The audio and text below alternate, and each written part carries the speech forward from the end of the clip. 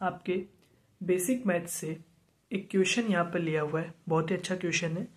If y is equals to 1 minus 10 upon minus 4 sine theta plus 3 cos theta then the maximum value of y is.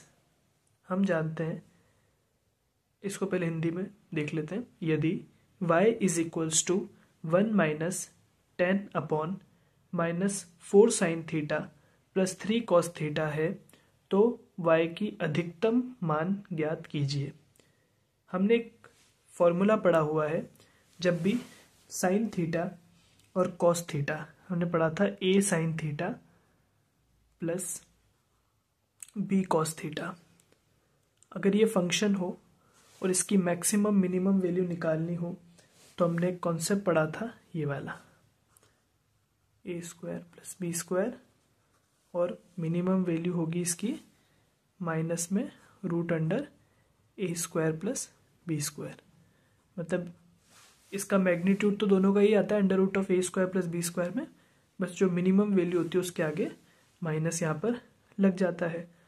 तो अब हम इसी concept को use करके इस question को सॉल्व करेंगे। हम लिखते हैं यहाँ पर y is equals to 1 minus 10 upon minus 4 sine theta plus 3 cos theta. अब हम देखें, यहाँ पे हमें y की मैक्सिमम वैल्यू निकालनी है। पहले अगर हम इसको सॉल्व करें सिर्फ under root of a square plus B square को, a की वैल्यू हमारे पास है -4, b की वैल्यू हमारे पास है 3।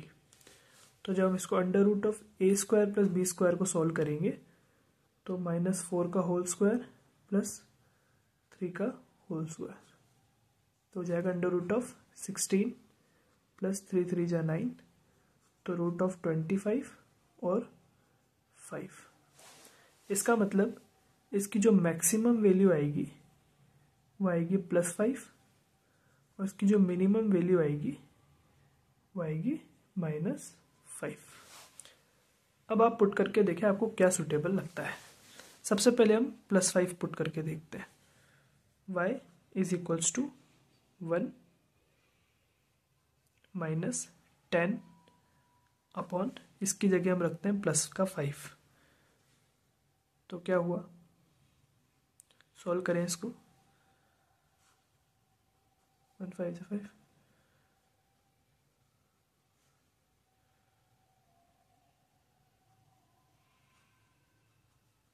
आंसर है -1। अगर हम रखते हैं माइनस का 5 तो क्या होता है,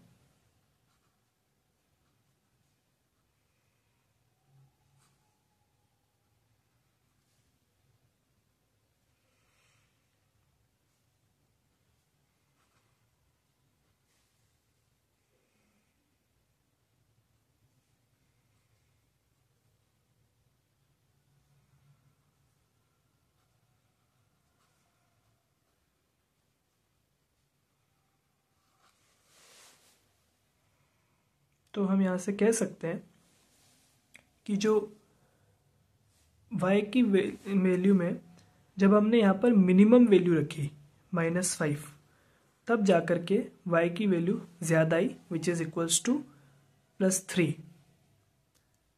तो हम कह सकते हैं कि इसकी जो मैक्सिमम वैल्यू आएगी वो 3 यहाँ पर आ जाएगी।